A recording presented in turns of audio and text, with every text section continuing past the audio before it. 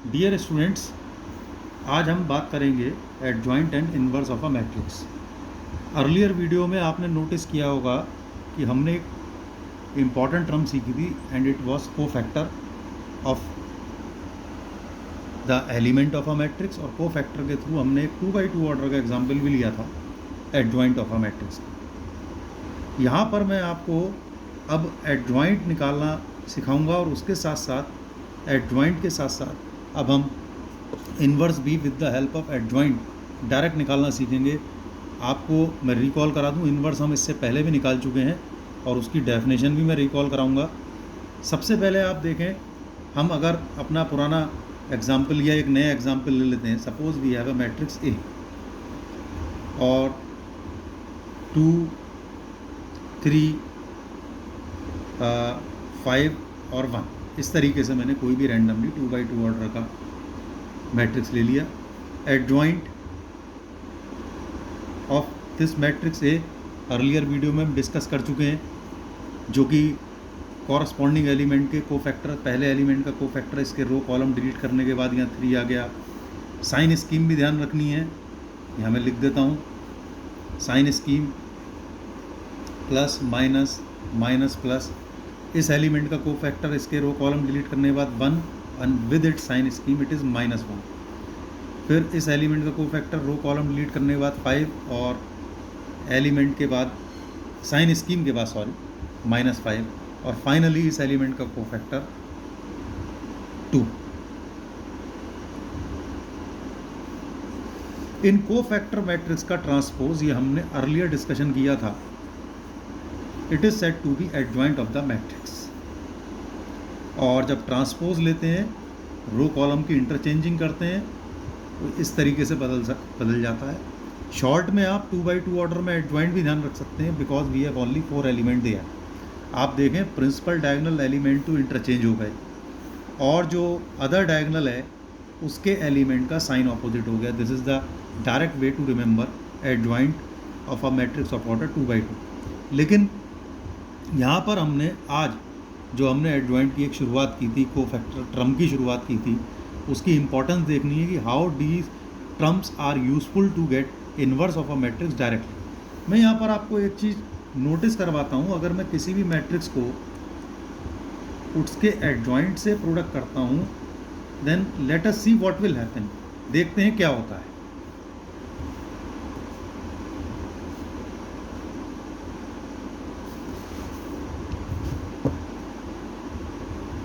Product करेंगे row column wise, 2 3 6 minus 5 1 5, then 2 5 10, 5 2 10, 3 1 3, -3, -5 plus 6।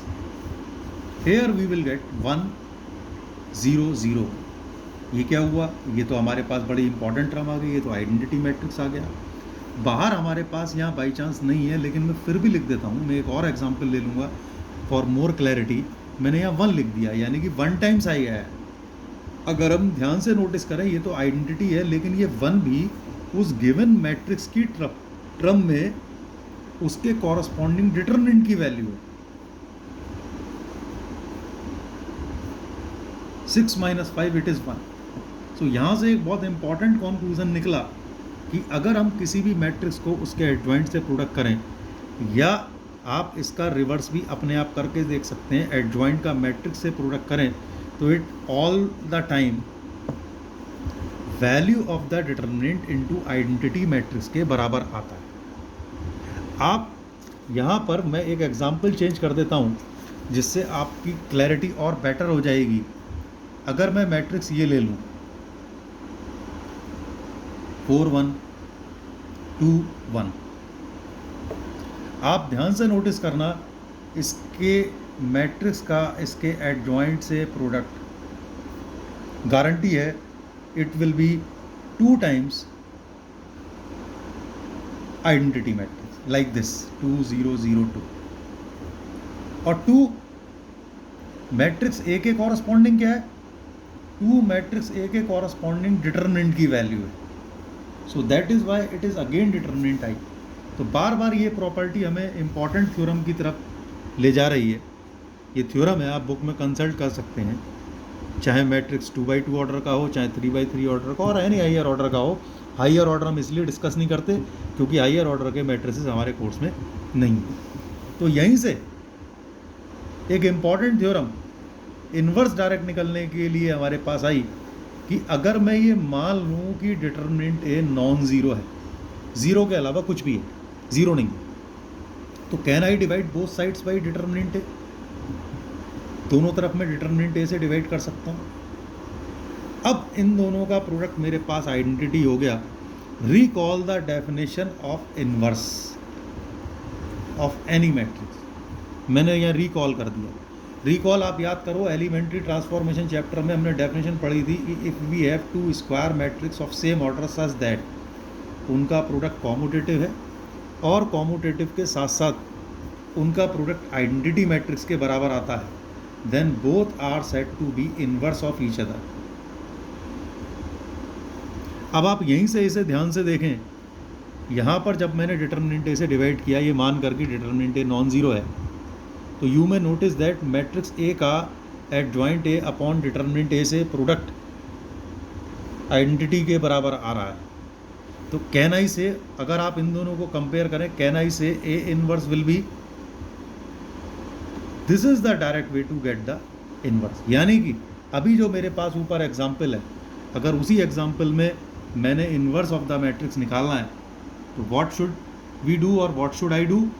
सिर्फ adjoint A को 1 अपॉन डिटर्मिनेंट ए, और डिटर्मिनेंट ए ऊपर कैलकुलेट करके दिखाया हुआ है, it is 2।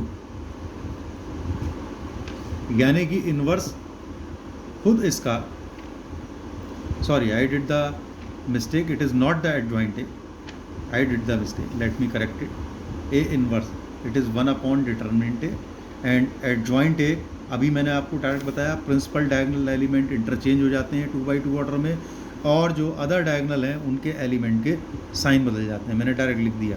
Now it is 1/2, and once आप आंसर यहाँ भी छोड़ सकते हैं। और अब हम नेक्स्ट वीडियो में, जैसा कि आपने देखा एडजॉइंट टर्म हमने क्यों सीखी, एडजॉइंट टर्म इसलिए सीखी क्योंकि यहाँ पर हम एडजॉइंट की हेल्प से इन्वर्स अब हम डायरेक्टली निकाल पा रहे हैं। ये एडजॉइंट मैट्रिक्स का बहुत इंपॉर्टेंट रोल है। अब हम इसके बाद इन्वर्स की इंपॉर्टेंस सीखेंगे किसी भी साइमल्टेनियस इक्वेशंस के सॉल्यूशन में। 2 इक्वेशन हम पहले भी सॉल्व करते रहे हैं 2 वेरिएबल में, यहाँ पर हमारे कोर्स में जो है और मोस्ट इंपॉर्टेंट है और लॉन्ग क्वेश्चन में आता है क्वेश्चन 3 इक्वेशंस 3 अननोन्स के साथ मैट्रिक्स मेथड से सॉल्व करने का। तो उसका हम डिस्कशन करेंगे फर्दर वीडियो में, नेक्स्ट वीडियो में। Thank you very much for watching this video students.